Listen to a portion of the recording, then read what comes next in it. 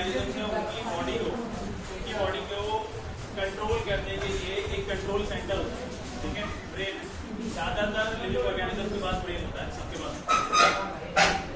अगर मेरी बॉडी के अंदर बहुत सारे कार्यक्रम हो रहे हैं, बहुत सारे, मैं बाहर से कुछ ना कुछ कार्रवाई कर रहा हूँ, तो उन सबको करने के लिए मेरे पास ना एक कंट्रोल सेंटर है, इसको हम लोग कहते हैं ब्रेन। ये मेरी बॉडी का सब कुछ कंट्रोल कर रहा होता है। जैसे कि मेरी बॉडी के अलग अलग ऑर्गन्स एक साथ काम कर रहे होते हैं, अंदर और बाहर, उन सबको कोऑर्डिनेशन करने का, हम सबके कोऑर्डिनेशन का काम यही कर रहा होता है ब्रेन। ब्रेन के साथ इसका और एक सपोर्टर है, इसको हम क्या कहते हैं, स्पाइनल कॉर्ड, है ना। तो मेरी बॉडी के अंदर जितने भी इफेक्ट्स आ रहे हैं वो सब ज्यादातर ब्रेन और स्पाइनल कॉर्ड कंट्रोल कर रहे होते हैं। प्लस मेरी बॉडी के अंदर कुछ केमिकल सिस्टम भी होता है, उसका नाम हार्मोनल सिस्टम कहते हैं क्या, लेकिन उसका एक स्पेशल नाम लिखवाया था, अगर किसी को याद है, एंडोक्राइन सिस्टम। याद है किसी को? Endocrine system. तो मेरी बॉडी के अंदर बहुत सारे बदलाव आते हैं, वो कुछ हार्मोन्स का नतीजा होता है, ठीक है। उसको हम लोग क्या कहते हैं, एंडोक्राइन सिस्टम कहते हैं। हार्मोन्स क्या है? बेसिकली मेरी बॉडी के अंदर बदलाव लाने वाले कुछ केमिकल्स हैं, जिसके अंदर जिसमें कुछ खास ग्लैंड्स काम कर रहे होते हैं और मेरी बॉडी के अंदर कुछ चेंजेस को ला रहे हैं, ठीक है। उन सबको डिटेल में हम लोग इस चैप्टर के अंदर पढ़ेंगे कि इंसानों के अंदर किस तरीके से कंट्रोल कोऑर्डिनेशन। अगर मैं लाइफ प्रोसेस की बात करूँ तो वहाँ पे हम लोगों ने हमेशा जो भी ऑर्गेनिजम्स के बारे में पढ़ा, न्यूट्रिशन इन प्लांट्स पढ़ा, न्यूट्रिशन इन एनिमल्स पढ़ा, यानी ह्यूमन पढ़ा। अगर मैं रेस्पिरेशन की बात करूँ तो वहाँ भी प्लांट्स और ह्यूमन दोनों पढ़ा है। ट्रांसपोर्टेशन में भी बात करें तो प्लांट ह्यूमन दोनों, और एक्सक्रीशन में भी प्लांट और ह्यूमन दोनों। तो वैसी कंट्रोल कोऑर्डिनेशन में हम लोग प्लांट और ह्यूमन दोनों के बारे में डिटेल में पढ़ेंगे। अगर मैं ह्यूमन की बात करूँ तो वहाँ पे ह्यूमन के पास नर्वस सिस्टम भी है कंट्रोल करने के लिए, कोऑर्डिनेट करने के लिए, प्लस हार्मोनल सिस्टम यानी कि एंडोक्राइन सिस्टम भी है कंट्रोल कोऑर्डिनेशन में। लेकिन अगर प्लांट्स की बात करें हम लोग तो प्लांट्स के बाद कोई भी नर्वस सिस्टम नहीं है कंट्रोल कोऑर्डिनेशन करने के लिए। वो सिर्फ कुछ हार्मोन्स के, केमिकल्स के, एंडोक्राइन सिस्टम का हेल्प लेता है अपनी बॉडी को ग्रो करने के लिए, रिस्पॉन्स करता है, ठीक है। तो यहाँ पे हम लोगों को बेटा सबसे पहले पढ़ना है स्टिमुलस। स्टिमुलस क्या होता है? चेंजेस। क्या होता है स्टिमुलस? चेंजेस। किसी भी ऑर्गेनिज्म के बॉडी के आसपास में या उसके एनवायरनमेंट में जो भी बदलाव आता है और उस बदलाव को वो रिस्पॉन्ड करता है। जैसे कि अगर बहुत ठंड पड़ने लगे आसपास से मेरे, तो मैं उस पर रिस्पॉन्स करूंगा कि नहीं, मेरी बॉडी हो सकता है शिवर करने लगे, मैं भाग के जल्दी से कुछ गर्म कपड़े पहनने लगूँ, मेरी बॉडी का रिस्पॉन्स करना क्या कहला रहा है यहाँ पे, टोटल स्टिमुलस है ना। ऐसे बदलाव जिसमें मेरी बॉडी रिस्पॉन्स करेगी। अगर बहुत गर्मी लगने लगी तो क्या मेरी बॉडी रिस्पॉन्स करेगी? कैसे रिस्पॉन्स करेगी? मेरी बॉडी में स्वेटिंग होगा तो रिस्पॉन्स करना है। तो ऐसे बदलाव जिससे कोई भी ऑर्गेनिज्म रिस्पॉन्स करता है उसको हम लोग क्या कहते हैं? स्टिमुलस। बेसिकली स्टिमुलस का अगर एक वर्ड में मतलब समझा जाए तो वो क्या है? चेंजेस। क्या है?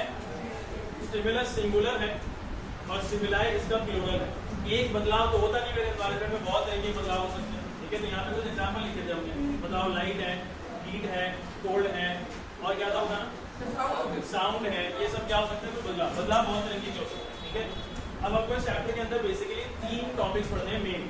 इसके अंदर सब टॉपिक बहुत सारे हैं। पहला क्या है? ह्यूमन का नर्वस सिस्टम पढ़ना। नर्वस सिस्टम के अंदर ब्रेन, स्पाइनल कॉर्ड और नर्व्स आ जाएंगे जो हमने टेबल बनाई। इसके बाद कोऑर्डिनेशन प्लांट्स पढ़ना है। यहाँ पे प्लांट्स के अंदर कोऑर्डिनेशन कैसे हो रहा है? सिर्फ कुछ केमिकल्स की हेल्प से हो रहा है, कोई नर्वस सिस्टम इसके पास नहीं है। इसके बाद थर्ड क्या पढ़ना है मेरे को? Human endocrine system. बहुत सारे तरीके के ग्लैंड्स और उनके हार्मोन्स की डिटेल हम लोगों को पढ़नी है, ठीक है। हमने फिर स्टार्ट किया था बेटा control and coordination in human. कितने तरीके के कंट्रोल कोऑर्डिनेशन कर सकता है ह्यूमन? अपने नर्वस सिस्टम के जरिए से, और दूसरा एंडोक्राइन सिस्टम के जरिए से। नर्वस सिस्टम के जरिए से कौन कौन से सिस्टम है हमारे पास? सेंट्रल नर्वस सिस्टम और peripheral nervous system. Central nervous system का मतलब जो मेरी बॉडी के बिल्कुल सेंटर में लाई करते हैं, ठीक है। उसमें कौन कौन से इससे आ जाएंगे? मेरा ब्रेन बिल्कुल बॉडी के सेंटर में और स्पाइनल कॉर्ड बॉडी के सेंटर। रीढ़ की हड्डी स्पाइनल कॉर्ड तो नहीं होती। रीढ़ की हड्डी के अंदर एक सब्सटेंस, एक चीज आ रही होती है, उसको स्पाइनल कॉर्ड कहते हैं ना। वो ब्रेन से ही बाहर निकल रहा होता है, उसका रूट होता है, ठीक है। चलिए, और उसके ऊपर रीढ़ की हड्डी जो है वो क्या है? उसका कवर है, प्रोटेक्शन है, ठीक है। अब ब्रेन के हम लोगों को 3 हिस्से पढ़ना है बेटा। ब्रेन के ऐसे भी 3 हिस्से होते हैं, फोर ब्रेन, मिड ब्रेन और हाइंड ब्रेन, ठीक है ना। Fore brain, mid brain, hind brain. जब हम लोग ब्रेन का टॉपिक पढ़ेंगे तो ये सारी चीजें डिटेल में पढ़ेंगे, बहुत ज्यादा डिटेल में इसके बारे में पढ़ेंगे। स्पाइनल कॉर्ड के बारे में जब पढ़ेंगे तो पढ़ेंगे। पेरिफेरल नर्वस सिस्टम में कितनी चीजें? पेरिफेरल नर्वस सिस्टम में नर्व्स है। नर्व्स का मतलब मेरे ब्रेन से और मेरे स्पाइनल कॉर्ड से निकलने वाले कुछ वायर्स है। वायर्स, ऐसे वायर जिनके अंदर क्या फ्लो कर रहा होगा? नहीं, ऐसे वायर जिनके अंदर क्या फ्लो कर रहा होगा? इलेक्ट्रिक इम्पल्स, है ना, जिसको आम भाषा, इसकी भाषा में सिर्फ इम्पल्स कहते हैं। बेसिकली एक इलेक्ट्रिक करंट है, बहुत माइनर सा होता है, लेकिन वही हमारी बॉडी को पेट्रोल कोऑर्डिनेशन करने में, मेरे ब्रेन का, मेरे स्पाइनल कॉर्ड का पेट्रोल कोऑर्डिनेशन करने में एक तरीके से मैसेज, ठीक है। तो मेरी बॉडी के अंदर ये सब फ्लो कर रहा होता है। अब कुछ नर्व्स ऐसे हैं जो मेरे ब्रेन से, मेरे क्रेनियम से, मेरे से निकल रहे होते हैं, तो उनको हम लोग क्या कहते हैं, क्रेनियल नर्व। और कुछ ऐसे नर्व्स हैं जो मेरे स्पाइनल कॉर्ड से निकल रहे हैं, स्पाइनल कॉर्ड से निकल के पूरी बॉडी में इधर जा रहे हैं, उसको हम लोग क्या कहते हैं, स्पाइनल नर्व। अब अगर मैं एंडोक्राइन सिस्टम की बात करूँ ह्यूमन का, तो हम लोगों को यहाँ पे ना कुछ ग्लैंड के बारे में पढ़ता है, hypothalamus, pituitary, thyroid, parathyroid, thymus, pancreas, adrenal. ये डिटेल में पढ़ेंगे, इतना ज़्यादा मुश्किल वर्ड है नहीं, जब पढ़ेंगे तो याद रहे, ठीक है। ये हो गया मेरा control and coordination in human. अब इसके अंदर सबसे पहले तो क्या स्टार्ट करना है बेटा, नर्वस सिस्टम। पहला क्या था, नर्वस सिस्टम। इसके बाद हम लोग सबसे पहले ह्यूमन का नर्वस सिस्टम ही स्टार्ट करेंगे। अब ह्यूमन का नर्वस सिस्टम क्या है, 9th क्लास के अंदर पढ़ा था, हमारे पास एनिमल टिश्यू के अंदर 4 तरीके के बेसिक टिश्यूज हैं, जिसमें से एक चौथा टिश्यू था 9th क्लास में, नर्वस टिश्यू। तो हमने डिटेल में नहीं पढ़ा था, लेकिन ये डायग्राम जरूर देखा था, ठीक है। तो वही नर्वस टिश्यू, जितने टिश्यूज होते हैं सब बहुत सारे सेल से मिलकर बने हुए होते हैं। तो ये भी नर्वस टिश्यू जो है, जितना भी नर्वस टिश्यू, जितना मेरा ब्रेन है, स्पाइनल कॉर्ड है, नर्व्स है, ये सब टिश्यूज किससे मिलकर बने होंगे, छोटे छोटे सेल से मिलकर बने होंगे। तो वो सेल का नाम क्या होता है, न्यूरॉन, है ना। इसको नर्व सेल भी कहा जाता है। इसका स्ट्रक्चर कैसा होता है, ये आप लोगों ने लास्ट क्लास में बनाया। इसके कुछ पार्ट पढ़े थे कि आप लोगों ने। अच्छा, एक सेल है तो इसका बेसिक स्ट्रक्चर होगा, इसके बाद साइटोप्लाज्म होगा, इसके बाद न्यूक्लियस होगा, इसके बाद मेम्ब्रेन होगा, है ना। यहाँ पे मेम्ब्रेन इसका कुछ खास दिखता नहीं हमको, लेकिन आपको क्या सेल बॉडी दिख रही है ना, ये बेसिक इसकी सेल बॉडी है। इसके अंदर आपको न्यूक्लियस भी दिखेगा और साइटोप्लाज्म भी दिखेगा। अब इस सेल बॉडी में से कुछ फाइबर्स, कुछ थ्रेड्स बाहर निकल रहे होते हैं, है ना। ये देखो, ये एक थ्रेड बाहर निकला, ये बहुत सारे थ्रेड्स बाहर निकले। तो जो बेसिक थ्रेड्स बाहर निकल रहे होते हैं बेटा, उनको क्या कहते हैं, डेंड्राइट्स। क्या कहते हैं, डेंड्राइट्स। जितने भी थ्रेड्स बाहर निकल रहे हैं, फाइबर थ्रेड भी लिखेंगे आप लोग, फाइबर्स बाहर निकल रहे हैं, तो हम लोग क्या कहते हैं, डेंड्राइट्स। लेकिन एक फाइबर बहुत ज्यादा लंबा हो जाता है और पीछे की तरफ चला जाता है, उसका नाम क्या पड़ गया, एक्सॉन। क्या पड़ गया, एक्सॉन, ठीक है। अब ये एक्सॉन के ऊपर बेटा कवर्स होते हैं थोड़े, अगर आपको किसी को याद हो, ये कवर होता है फैट और प्रोटीन का बना हुआ कवर होता है। जैसे कि वायर है, इसके ऊपर प्लास्टिक का कवर है क्या, इसका काम क्या होता है कि करंट लूज ना हो, करंट लॉस ना हो, ठीक है। वैसे ही इसके पास क्या आ रहा है, इन्फॉर्मेशन आ रही है क्या, ये क्या करता है बेटा, डेंड्राइट्स मैंने लिखवाया भी था। डेंड्राइट्स क्या करते हैं, इन्फॉर्मेशन को रिसीव करते हैं, इन्फॉर्मेशन को क्या करते हैं, और इन्फॉर्मेशन किस फॉर्म में, एबीसीडी के फॉर्म में, इलेक्ट्रिक इंपल्स के फॉर्म में रिसीव करते हैं। और ये आगे भेजेगा, किस तरफ भेजेगा, नर्व एंडिंग तक भेजेगा। अगर ये इलेक्ट्रिक इंपल्स की तरफ, इंपल्स को आगे भेजना है, तो इसके ऊपर एक कवर होना जरूरी है ताकि वो लॉस ना हो जाए। तो ये कवर क्या है, ये इसके ऊपर ही है, इसको हम लोग क्या बोलते हैं, इसको माइलिन शीट कहते हैं, ठीक है। इसको क्या कहते हैं, माइलिन शीट कहते हैं। वैसे एनसीईआरटी में लिखा नहीं है, तो जरूरी भी नहीं है, ठीक है। 9th क्लास में लिखवा देते हैं, ये है माइलिन शीट। चलिए, ये कवर है एक तरीके का, फैट और प्रोटीन का बना हुआ कवर होता है, जो कि इलेक्ट्रिकल इंपल्स को, ट्रांसफर को लॉस होने से बचाता है, ठीक है। अच्छा, ये किसके थ्रू, इलेक्ट्रिकल इंपल्स किसके थ्रू जा रहा है, एक्सॉन के थ्रू जा रहा है।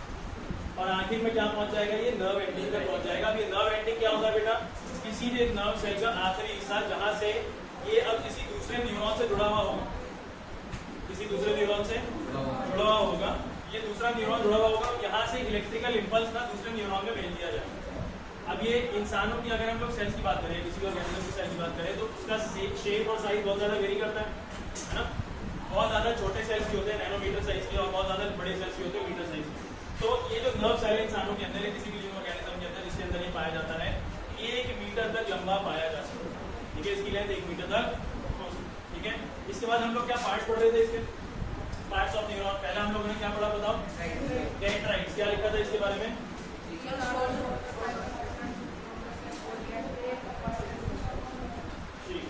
और इसके बाद हम लोगों ने क्या पढ़ा था, सेल बॉडी। क्या होता है सेल बॉडी बताओ,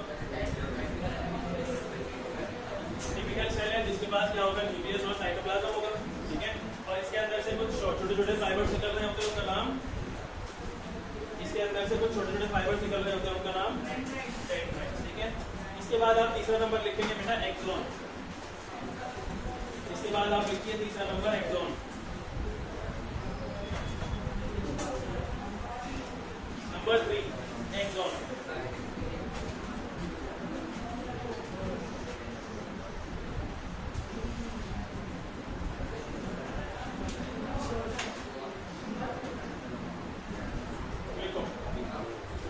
Longest fiber on cell body. Longest fiber on cell body. Longest fiber on cell body. Comma लगाओ ये वाला, इसकी इसकी इसकी दूसरी बात लिख रहे हैं। ये पता लगा दिया कि कौन सा फाइबर है सेल बॉडी का लॉन्गेस्ट है। इसके बाद ट्रांसमिट्स इम्पल्स, ये ट्रांसमिट करता है किसको? इम्पल्स को। Transmits impulse from cell body to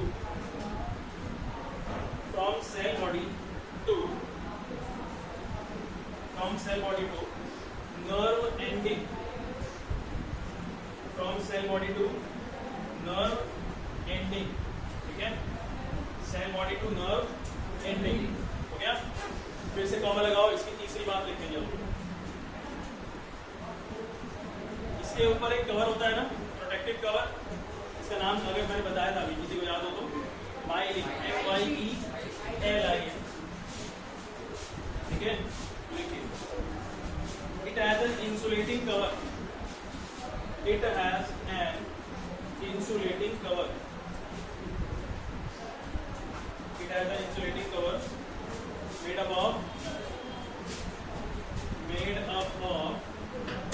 myelin, made up of myelin, ठीक है? नंबर 4 हो गया। 3 बातें लिख ली इसकी, MYELIN। अगर वो पूछ ले माइलिन किस चीज का बना हुआ है तो फैट और प्रोटीन का बना, ठीक है? लिख सकते हैं कंपाउंड्स ऑफ फैट और प्रोटीन।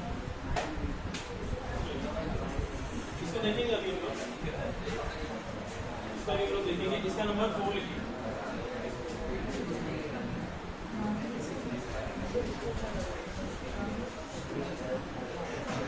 साइनैप्स, इसका नंबर 4 साइनैप्स।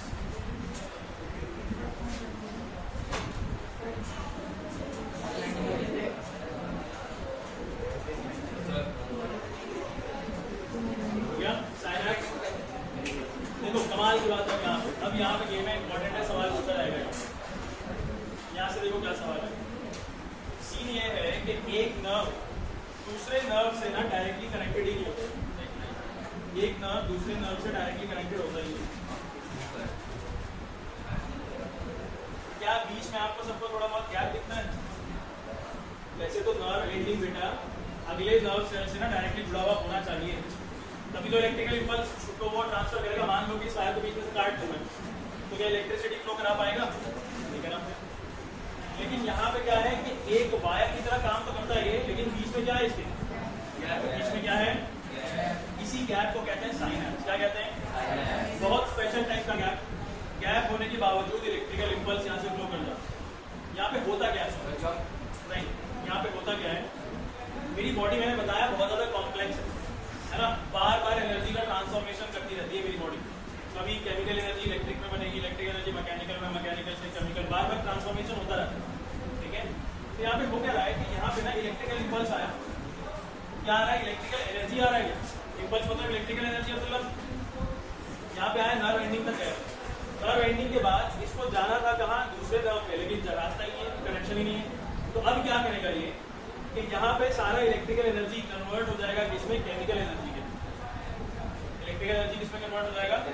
केमिकल एनर्जी के अंदर। ये केमिकल एनर्जी वापस से, ये केमिकल एनर्जी सारे इस गैप के अंदर डिपॉजिट हो जाएगा। यानी कि बेसिकली बोलने का मतलब क्या है कि इस इलेक्ट्रिकल एनर्जी ने यहाँ पे कुछ नए केमिकल्स बना दिए। क्या बना दिए? कुछ नए केमिकल्स। अब ये नए केमिकल्स क्या करेंगे? ये केमिकल्स वापस से इसके अंदर इलेक्ट्रिकल एनर्जी के फॉर्म में जाकर के ट्रांसमिट हो जाएंगे दूसरे नर्व के अंदर। समझ में आ रहा है?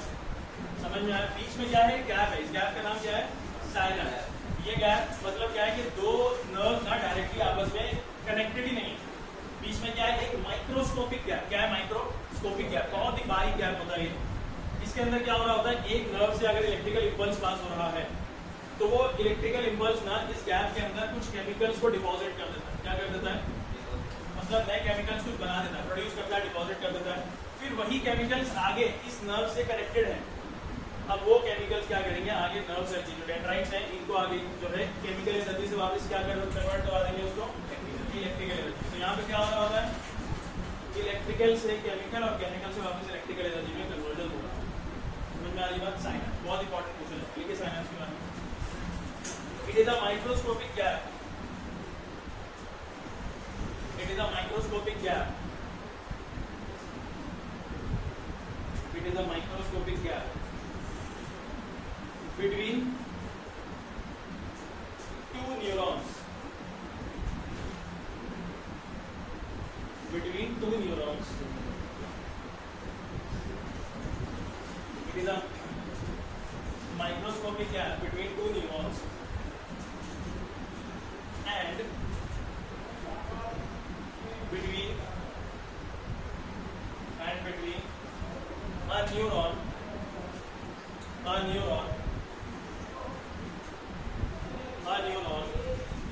and muscle, between a neuron and muscle मतलब आप टिश्यू भी लिख सकते हैं, ठीक है, between muscle and between neuron and muscle, या फिर मसल की जगह पे आप टिश्यू भी लिखा जा सकता है। किसी को समझ में आया इसका मतलब क्या बोला जा रहा है यहाँ पे? पहला पार्ट तो इसका समझ में आ गया होगा, it is a microscopic gap between two neurons, ये तो बहुत इजी है। लेकिन क्या ये न्यूरॉन्स हमेशा एक चीज बनती रहेगी? क्या न्यूरॉन्स को कहीं किसी टिश्यू से जाके कनेक्ट नहीं होना? क्या आदमी यहाँ पे आकर के एक न्यूरॉन को यहाँ पे आके टिश्यू से कनेक्ट होना है, इस हिस्से के मसल से कनेक्ट होना है, और वहाँ पे अगला कोई न्यूरॉन नहीं है, तो मसल से जो कनेक्ट होगा वहाँ पे भी डायरेक्टली कनेक्शन है ही नहीं। बीच में क्या है? साइनैप्स। बीच में क्या है? साइनैप्स। तो दो न्यूरॉन के बीच में भी गैप होता है, और एक न्यूरॉन और एक मसल के बीच का भी गैप होता है, एक न्यूरॉन और एक मसल के बीच का भी गैप होता है। तो यहाँ पे देखो मसल के बीच का न्यूरॉन के बीच का गैप दिखा है, ये देखिए, ये एक्सॉन आया और ये नर्व एंडिंग है किसी एक nerve cell neuron nerve ending, और ये मसल का एक फाइबर है, गोश्त का एक टुकड़ा है, ठीक है, हमारी बॉडी का एक टिश्यू है, इससे कनेक्टेड है। ये देखो आपको दिख रहा होगा डायरेक्टली टच है, लेकिन यहाँ पे टचिंग नहीं है। तो यहाँ बीच में क्या है? एक गैप है। क्या है? ऐसी जगह जहाँ पे एक नर्व और मसल जुड़ रहे होते हैं, एक नर्व और मसल जुड़ रहे होते हैं, उसको क्या बोला जाएगा? Neuromuscular junction. क्या बोला जाएगा? न्यूरोमस्कुलर जंक्शन, ठीक है। अब वहां पे आप ब्रैकेट में लिखो न्यूरोमस्कुलर जंक्शन, वहीं पे आ गई, उसी पे आ गई जहां पे हमने बताया कि एक न्यूरॉन और टिश्यू के बीच में जो गैप होगा उसको भी साइनैप्स कहते हैं, लेकिन इस कनेक्शन को आगे और क्या बोला जाता है? Neuromuscular junction. न्यूरोमस्कुलर से क्या समझ में आ रहा है? एक न्यूरॉन और मसल, न्यूरोमस्कुलर जंक्शन। जंक्शन समझते हो क्या होता है? जंक्शन जो एक दिशा से दूसरी दिशा में किसी को जाने की रास्ता है, ठीक है। जैसे बहुत सारे रेलवे स्टेशन जंक्शन होते हैं हमारे पास, जैसे कि इधर लोग जंक्शन है अपना, कश्मीरी गेट जंक्शन है, मेट्रो में गए तुम लोग कभी? बहुत सारे रूट निकल रहे होते हैं ना वहाँ से, कश्मीरी गेट हो गया, राजीव चौक हो गया, तो ये सब जंक्शन है, ठीक है। अगर मैं बड़े स्टेशन की बात करूँ तो new Delhi railway station junction है, यहाँ से बहुत तरीके के रूट निकल रहे होते हैं, ठीक है। तो ये क्या है? जंक्शन है। समझ में आया? साइनैप्स यहाँ पे तो तुमको वैसे बताइए, अगर ये टिश्यू है तो इसके अंदर सेल होगा, सेल है तो उसके अंदर माइटोकॉन्ड्रिया है, अलग से बताने की जरूरत है। यहाँ पे क्या समझ आ रहा है? मसल फाइबर मतलब मसल। यहाँ पे क्या? कैपिलरी। कैपिलरी क्या होता है? किसी को ट्रांसपोर्टेशन में पढ़ा था, 3 तरीके के ब्लड वेसल्स इंसान के अंदर, नाम 3 नाम बताओ। वेन्स, आर्टरीज और बिल्कुल, वेन्स और आर्टरीज को जो जोड़ने वाली चीजें हो गया है कैपिलरी। बेसिकली आर्टरीज जब बॉडी के अंदर जाकर के एंट्री करती है तो बहुत ज्यादा बारीक बारीक नसों में डिवाइड हो जाती है। उन बारीक नसों को आयाम क्या कहते हैं? कैपिलरीज। क्या कहते हैं? जब ना। चलिए, हो गया साइनैप्स के बारे में। साइनैप्स में लगाओ बेटा कॉमा, और बात लिखो, इसके बारे में कुछ और लिखो।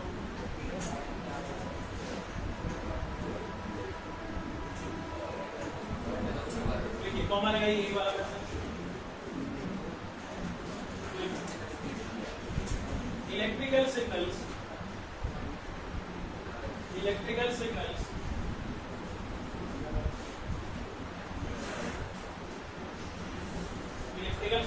get converted electrical signals get converted into chemical energies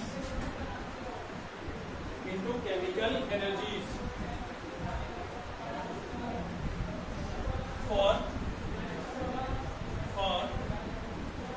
onward transmission, onward, ONWARD, for onward transmission।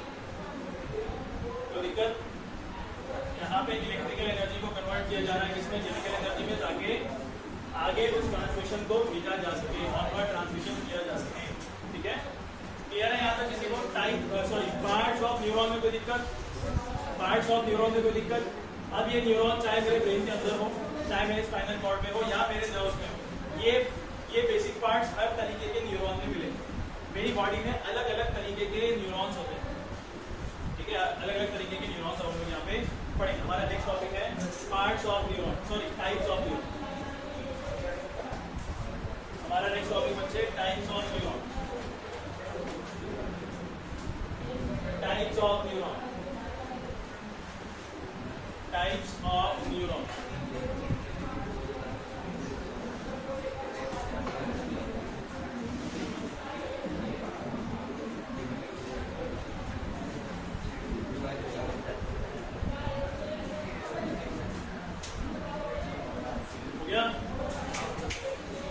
हो गया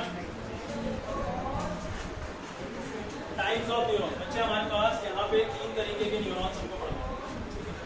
पहला न्यूरॉन है, इसका नाम है सेंसरी न्यूरॉन।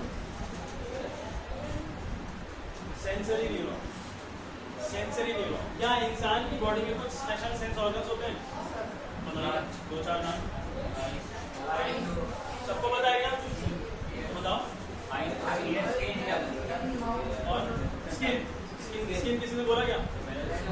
ऐसे तो बहुत सारे सेंसरी ऑर्गन्स हमारे तो डिटेल में पढ़ेंगे ना, 5 है बहुत सारे मतलब क्या है, थोड़ी 5 ही पढ़ने हैं, 5 के बारे में डिटेल में पढ़ेंगे, डिटेल में ज़्यादा तो मत पढ़ो, ठीक है। तो ये जो सेंसरी ऑर्गन्स है बेटा, क्या आपको यहाँ पे जो नर्व होगा, जो न्यूरॉन होगा, वो जाकर के एक टिश्यू से कनेक्टेड होगा? क्या ये मेरा स्किन है?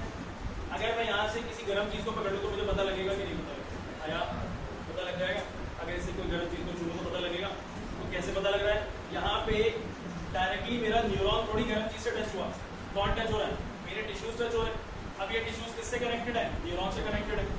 वो वाला न्यूरॉन जो मेरे टिश्यूज से कनेक्टेड है, जो कि आसपास के स्टिमुलस को सेंस कर रहा है, हमारा वो न्यूरॉन जो मेरे टिश्यूज से कनेक्टेड है, बिल्कुल आखिरी टिश्यूज से, जहाँ जो मेरे आसपास के न्यूरॉन स्टिमुलस को, स्टिमुलस मतलब हमारा जो मेरे एनवायरनमेंट के बदलाव को सेंस कर रहा है, उसको हम लोग क्या बोलेंगे? Sensory neuron. क्या बोलेंगे? ठीक है। वो न्यूरॉन जो कि स्टिमुलस को सेंस करता है, वो क्या कहलाता है? सेंसरी। इसका काम है आसपास के स्टिमुलस को सेंस कर लेना और एक इंफॉर्मेशन को इग्नाइट कर देना। कि एक इंफॉर्मेशन यहाँ पे इग्नाइट यानी शुरू हो चुका है, अब आगे जाना है इसको किसी तरीके से। अब आगे ले जाने वाले न्यूरॉन्स अलग है, इनका नाम होता है रिले न्यूरॉन। क्या नाम होता है? Relay neuron. अब यहाँ से जो टच हुआ, ये जाएगा बिल्कुल यहाँ से आगे आगे आगे आगे आगे आगे आगे में स्पाइनल कॉर्ड तक या फिर ब्रेन तक, पढ़ेंगे कौन सा कहाँ तक जाएगा। तो बहुत सारी लंबी चेन बनी हुई होगी यहाँ पे न्यूरॉन्स की। क्या सारे न्यूरॉन्स 1 मीटर लंबे होंगे क्या? अरे छोटे छोटे भी होते हैं, ठीक है। तो यहाँ से एक चेन बनी हुई है न्यूरॉन्स की, कहाँ तक गया? स्पाइनल कॉर्ड तक या फिर ब्रेन तक गया। तो बीच में ले जाने वाले न्यूरॉन्स जो कि इंफॉर्मेशन को पास ऑन करते हैं, रास्ता बना करके देते हैं, एक पाथ बना करके देते हैं, उन न्यूरॉन्स को हम लोग क्या कहते हैं? Relay neuron. रिले रेस देखा कभी? सुना भी है? क्या आप लोग एक रास्ता बना रहे हैं, क्या पास कर रहे हो? तो रॉड, अरे कोई भी चीज पास कर रहे हो, क्या उसके लिए एक रास्ता बन चुका जिस चीज को पास कर रहे हैं आप? वो बेचारा बगैर चले एक जगह से दूसरी जगह पहुंच रहा है, उसके लिए एक रास्ता क्रिएट हो चुका, ठीक है। समझ में आया? अब देखो, क्या मेरी बॉडी के अंदर बहुत सारे अलग अलग तरीके के इंटरनल ऑर्गन्स भी हैं, जैसे कि स्टमक हो गया, लिवर हो गया, इंटेस्टाइन हो गया, किडनी हो गया, बहुत सारे इंटरनल ऑर्गन्स है, हार्ट है, मेरे पास लंग्स है। तो ये सब भी अगर इनके अंदर कोई भी दिक्कत आती है, इनका एनवायरनमेंट चेंज होता है, तो क्या इनको भी सेंस करने के लिए कुछ ना कुछ चाहिए? क्या ये अच्छा मेरे लंग्स, मेरा किडनी, मेरा स्टमक, मेरा इंटेस्टाइन आपस में कनेक्टेड भी है ना? ये क्या आपस में कोऑर्डिनेशन करके काम कर रहे होते हैं? मेरे स्टमक में जैसे जैसे खाना जाता है, किडनी मेरे लीवर को समझ में आता है कि दोपहर के टाइम पे इतना खाना खाता है, मेरे लीवर में से इतना बाइल जूस निकालना है इसको डाइजेस्ट करने के लिए। समझ में आ रही है बात? तो क्या मेरा स्टमक और लीवर और किडनी सब आपस में कोऑर्डिनेशन करके काम कर रहे हैं? इसका मतलब ये सब आपस में एक तरीके से कनेक्टेड है किसी तरीके? सोना नहीं है, तो जाते ना, ये सब एक दूसरे से कनेक्टेड है। तो इंटरनल ऑर्गन्स को एक दूसरे से कनेक्ट करने वाला जो न्यूरॉन होगा, उसका नाम होगा मोटर न्यूरॉन। उसका नाम क्या होगा? Motor neuron. क्या नाम होगा? Motor neuron. ये क्या करता है? इंटरनल ऑर्गन्स को आपस में कनेक्ट करता है। इंटरनल ऑर्गन्स को क्या करता है? आपस में कनेक्ट करता है।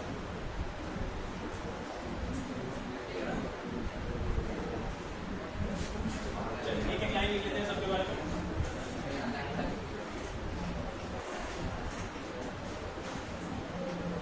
सेंसरी न्यूरॉन्स के बारे में लिखो। The neurons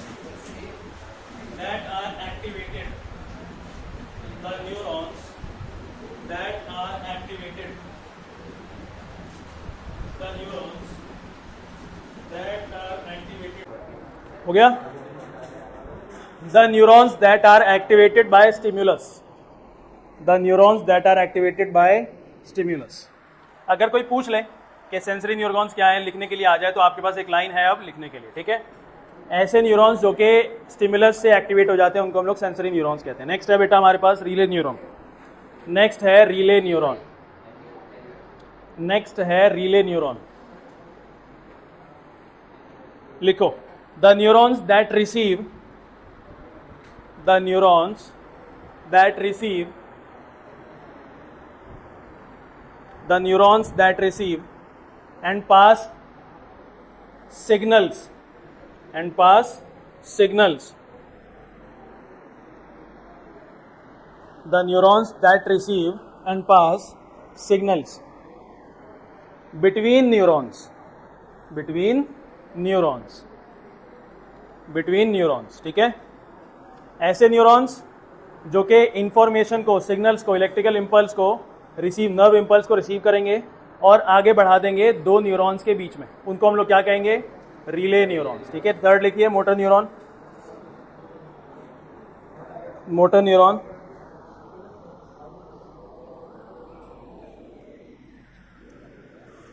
the neurons that connect, the neurons that connect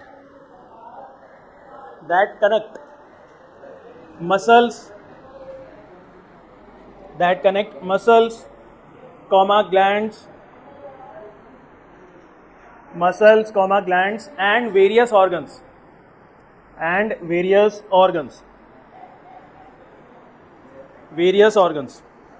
throughout the body,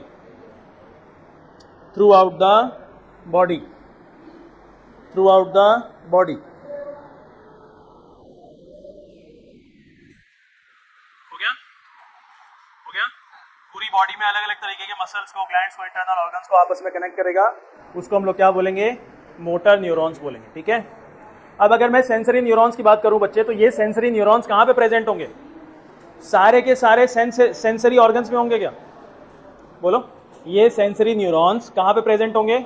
सारे सेंस ऑर्गन्स में. क्या 5 तरीके के सेंस ऑर्गन्स हैं हमारे पास जो कि चीज़ों को सेंस करते हैं, स्टिमुलस को सेंस करते हैं? क्या इस वक्त आपके कान एक साउंड एनर्जी के चेंज को सेंस कर पा रहे हैं? जो मैं बोल रहा हूँ समझ पा रहे हो? इसका मतलब साउंड एनर्जी का जो बदलाव हो रहा है एनवायरनमेंट के अंदर, आपके कान उसको समझ पा रहे हैं. इसका मतलब आपके कानों के अंदर, सेंसरी ऑर्गन्स के अंदर क्या होगा? सेंसरी न्यूरॉन्स होंगे. ठीक है? ये सेंसरी न्यूरॉन्स का स्पेशल नाम होगा, है ना? स्पेशल नाम होगा. तो देखो, अब नेक्स्ट हमें एक टेबल बनानी है. Sensory neurons, receptors and functions. Sensory neurons, receptors and functions. Sorry, sensory organs है, न्यूरॉन्स नहीं. Sensory organs, receptors and functions. पहले आप रिसेप्टर की डेफिनेशन लिख लेंगे, उसके बाद हम लोग आगे डिटेल पढ़ेंगे.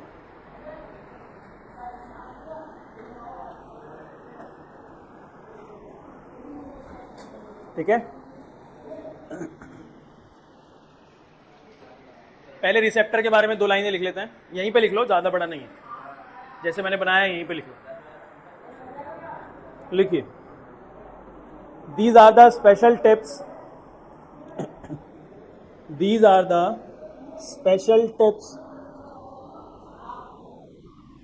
these are the special tips of neurons,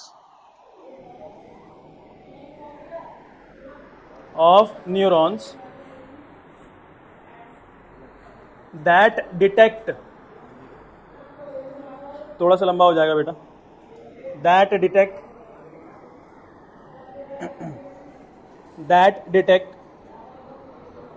information from environment, information from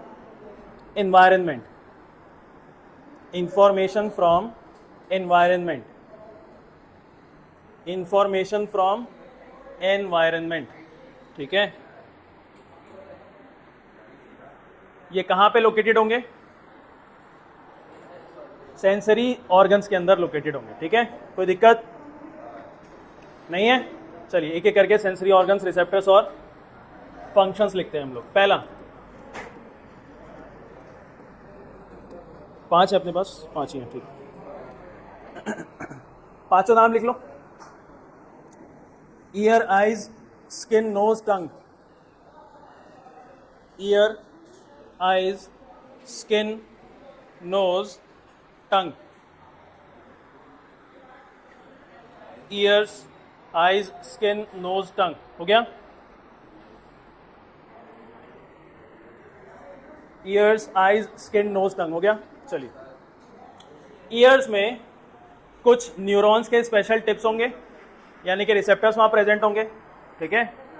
तो ईयर में जो रिसेप्टर प्रेजेंट है, जो कि एनवायरनमेंट में स्टिमुलस को सेंस करेगा, डिटेक्ट करेगा, उसका नाम क्या होगा? ईयर में प्रेजेंट जो रिसेप्टर है उसका नाम है फोनो रिसेप्टर। क्या नाम है? फोनो रिसेप्टर। क्या नाम है भाई? फोनो रिसेप्टर, ठीक है। कान में जो रिसेप्टर प्रेजेंट है उसका नाम फोनो रिसेप्टर, उसका नाम फोनो रिसेप्टर।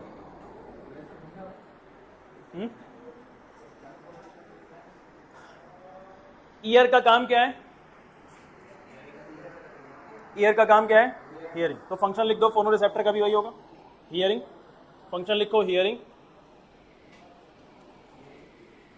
और एक जो हमारे फोनो रिसेप्टर्स हैं, जो हमारे फोनो रिसेप्टर्स हैं, इनका काम सिर्फ हियरिंग नहीं है, बहुत स्पेशल, पेपर में आ सकता है एक दूसरा फंक्शन लिखने के लिए। नहीं, सुनो, अगर आप दोनों कान बंद करके, मान लो आप किसी एक ना दीवार पे चढ़ रहे हैं, ऐसे चल रहे हैं, ऐसे पतली सी दीवार है, उसको बस एक ईंट की ऐसे ऐसे आपको चलना है, और नीचे जो है गड्ढा है। कान बंद करके अगर आप उस दीवार के ऊपर चलें कान बंद, तो आप बैलेंस नहीं बना पाएंगे। कान बंद करके मत चलो, ठीक है। अगर फोनो रिसेप्टर्स फंक्शन नहीं है तो बॉडी का बैलेंस बनना भी कभी कभार दिक्कत आ जाती है, ठीक है। तो फोनो रिसेप्टर्स का एक और काम है, बॉडी का बैलेंस भी बनाता है, ठीक है। तो लिखो नेक्स्ट इसका, balance of body. Balance of body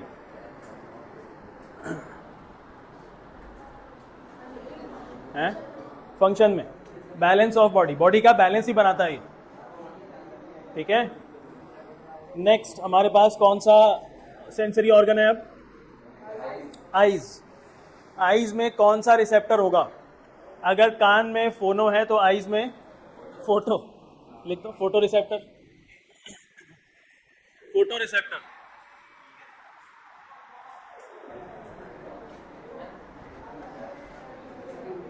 हो गया।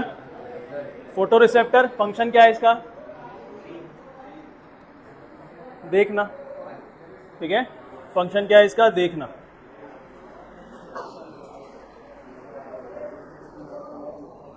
नेक्स्ट कौन सा सेंसरी ऑर्गन है? क्या? स्किन है, स्किन। स्किन, स्किन में जो रिसेप्टर मिलेगा उसका नाम है thigmo receptor. Thigmo, thigmo receptor, THIGMO।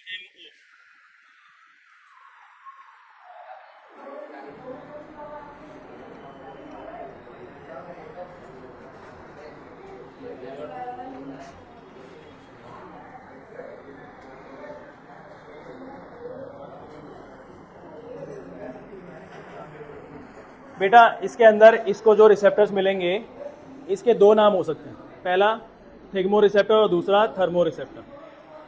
Basic मतलब क्या है कि ये ना आपको किसी चीज़ को आप टच करते हैं तो उसका फील आपको देता है कि वो स्मूथ है, टेक्सचर है, क्या है ना, खुरदुरा है, रफ है, क्या है। और दूसरा उसका टेम्परेचर, उसके अंदर कितना हीट है ये भी तो पता लगा देता है। तो थर्मो रिसेप्टर से क्या मतलब होगा आपका? जो हीट को बता दे आपको, थर्मल बता दे, थर्मल कंडीशन के ठंडा है वो गर्म है ना। तो स्किन के अंदर ये वैसे तो थिग्मो रिसेप्टर ही लिखना है, लेकिन थर्मो रिसेप्टर भी पढ़ लो आप, ठीक है।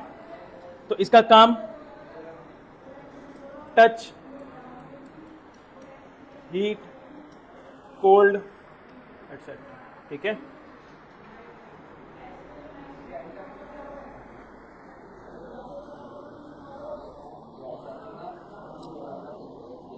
Next nose. कौन सा रिसेप्टर मिलेगा बताओ, कौन सा रिसेप्टर होगा इसका? अच्छा, नोज कर क्या रहा है? स्मेल है ना, स्निफ करता है, चीज़ों को पता लगाता है कि वो स्मेल है या फ्रेग्रेंस है। ठीक है, तो क्या आप लोगों ने, अब्दुल्ला, क्या आप लोगों ने, सीधे बैठो, पैर नीचे करो, क्या हम लोगों ने कुछ इंडिकेटर्स पढ़े थे एसिड बेसिस में? एक आध नाम बताओ। और ऐसे कुछ इंडिकेटर्स पढ़े थे जिनको एसिड या बेस के साथ मिक्स करने पे उनका जो अपना स्मेल है, फ्रेग्रेंस है, वो खत्म या बढ़ जाता है। अनियन था, और क्लोव था, और वेनिला था। ये तीनों हमने एक कैटेगरी के अंदर पढ़ा था, उस कैटेगरी का नाम क्या है? All factory indicators. क्या है? All factory.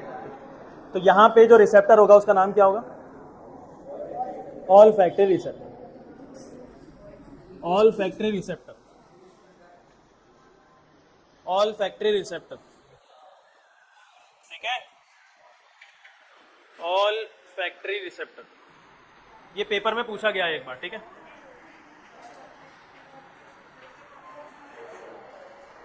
चलिए, हो गया। इसका काम क्या है? नेक्स्ट, पांचवा कौन सा है अपने पास? टंग। ये क्या करता है? टेस्ट करता है क्या? टंग क्या करता है भाई? टेस्ट करने का काम है ना। इसके रिसेप्टर का नाम क्या होगा? थोड़ा सा अलग है।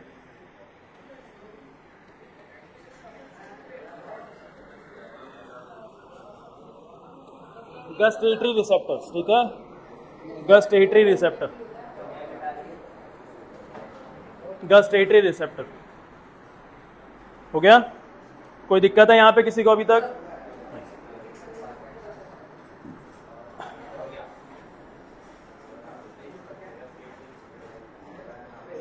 सेंसरी न्यूरॉन्स क्या होते हैं? क्या यहां पे कोई सेंसरी न्यूरॉन है ना स्किन में? सेंसरी न्यूरॉन, खास तरीके का रिसेप्टर भी होगा, उसका नाम। गरम कब पकड़ा मैंने एकदम से? गरम बर्तन कोई पकड़ लिया, गरम बर्तन पकड़ते ही छोड़ देते हैं क्या? With in a fraction of second काम हो जाता है ये। लेकिन सेंसरी न्यूरॉन्स का काम क्या होता है? सिर्फ सेंस करना। उसके बाद किसका काम आ जाता है? उसके बाद आता है रिले न्यूरॉन्स का काम। रिले न्यूरॉन करेगा क्या? इंफॉर्मेशन को पास ऑन करेगा एक न्यूरॉन से दूसरे न्यूरॉन, यहाँ से एक न्यूरॉन से दूसरे न्यूरॉन आ रहा है, क्या है? स्पाइनल कॉर्ड तक गया, स्पाइनल कॉर्ड से इंफॉर्मेशन ब्रेन पे गया, ब्रेन ने स्पाइनल कॉर्ड को बोला कि भाई छुड़वाओ, गरम है ये बर्तन, फिर वापस आएगा इन्फॉर्मेशन, आया। क्या एक रास्ता तय करके आ रहा है इन्फॉर्मेशन? एक पूरा रास्ता जो है इसने कंप्लीट करा है, बहुत लंबा रास्ता है ये, ठीक है, लेकिन with in a fraction of second हो जाता है काम ये, क्योंकि इलेक्ट्रिकल इंपल्स है ये। अब हम लोग नेक्स्ट टॉपिक पढ़ेंगे बेटा, इसका नाम है रिफ्लेक्स एक्शन। ये जो मैंने एकदम से गर्म बर्तन को पकड़ के छोड़ा है, ये मेरा क्या रिफ्लेक्स है? क्या है? गर्म बर्तन को पकड़ के एकदम छोड़ा, ये क्या है? रिफ्लेक्स। एक तरीके का एक्शन करा मैंने, इसको छोड़ा, तो इसको क्या कहते हैं? Reflex action. बोलो।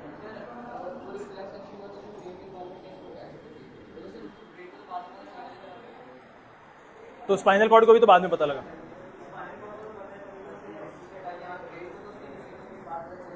ऐसा है, देखो, स्पाइनल कॉर्ड के अंदर, सॉरी, रिफ्लेक्स एक्शन के अंदर स्पाइनल कॉर्ड ही इन्वॉल्व होता है, ब्रेन तक बात पहुंचती नहीं है। लेकिन मैंने आपको समझाने के लिए बोला है, क्या आपको पता नहीं है कि स्पाइनल कॉर्ड भी काम करता है कुछ? आपको लगता है सिर्फ ब्रेन ही कर रहा है, सारा कोऑर्डिनेशन कंट्रोल कर रहा है, इसलिए मैंने ब्रेन का नाम लिख दिया। अभी इतना डिटेल में नहीं पढ़ो, भी लिखवाऊंगा मैं। रिफ्लेक्स एक्शन का मतलब स्पाइनल कॉर्ड ही इन्वॉल्व होता है बस, ठीक है, ब्रेन तक बात पहुंचती भी नहीं। चलिए लिखो, रिफ्लेक्स एक्शन क्या होता है?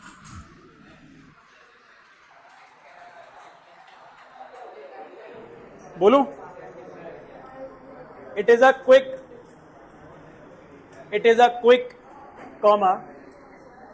sudden, immediate,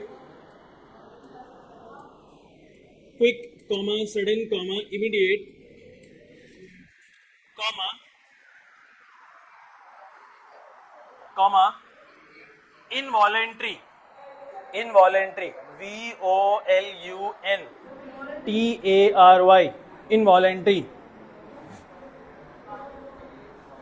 response of body, involuntary response of body, involuntary response of body, bracket में लिखो और organ,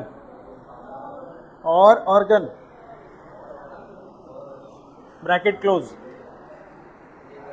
to a stimulus,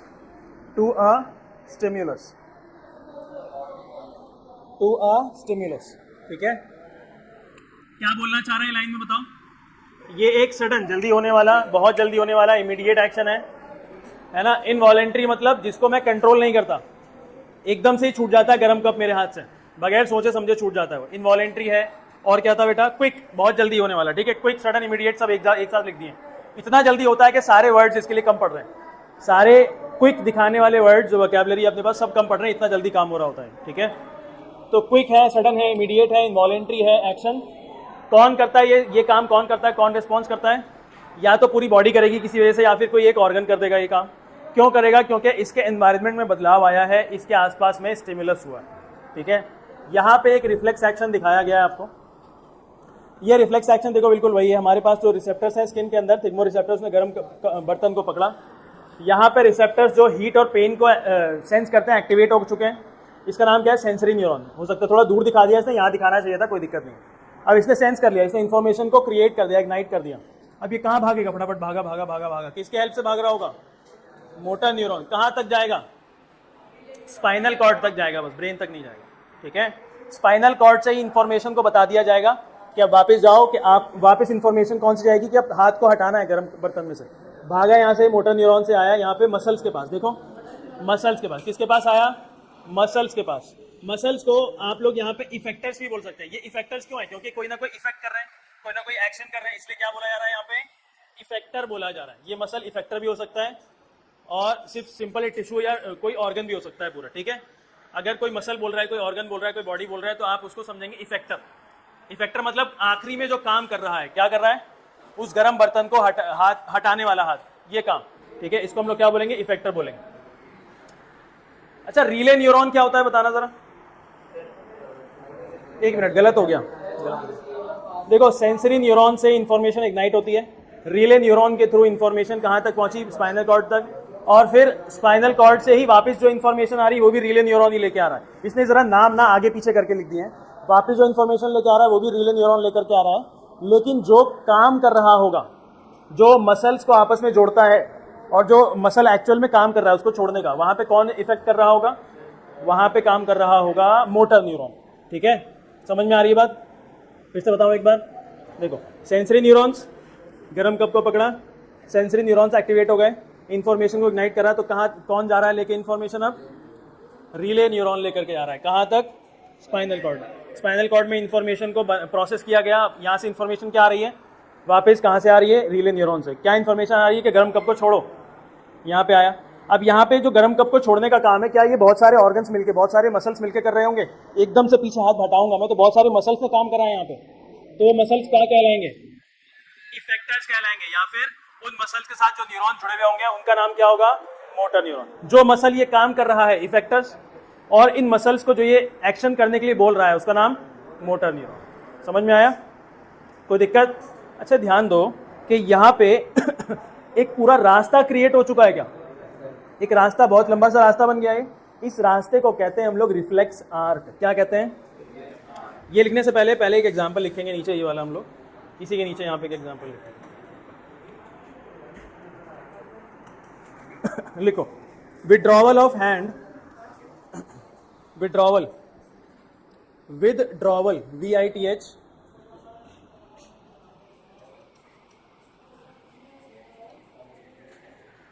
withdrawal of hand, withdrawal of hand on touching hot objects, on touching hot objects, ठीक है। अब नीचे आप reflex arc लिखेंगे, reflex arc.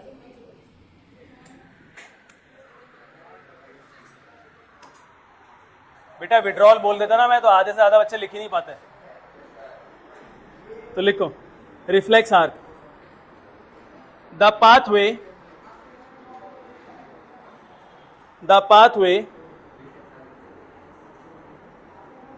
the pathway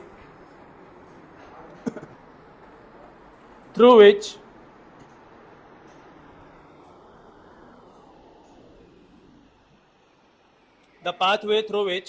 signals pass. The pathway through which signals pass during reflex action.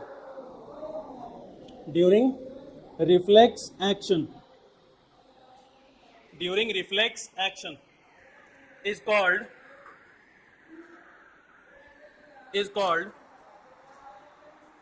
reflex arc. ठीक है, कोई दिक्कत यहां तक किसी को? चलो, ये डायग्राम बना सकते हो क्या? अरे बन जाएगा, कोशिश तो करो, बन जाएगा। होमवर्क में बनाना है? नहीं होमवर्क में। वहां पे थोड़ी जगह छोड़ दो, ये बना लेना, तरीके से लेबलिंग करना, ठीक है?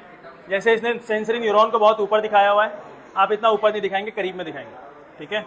रिले न्यूरॉन्स को इसने बहुत दूर दिखाया, देखो यहाँ पे दिखाया रिले न्यूरॉन, जबकि ये सारा हो सकता है रिले न्यूरॉन, ठीक है?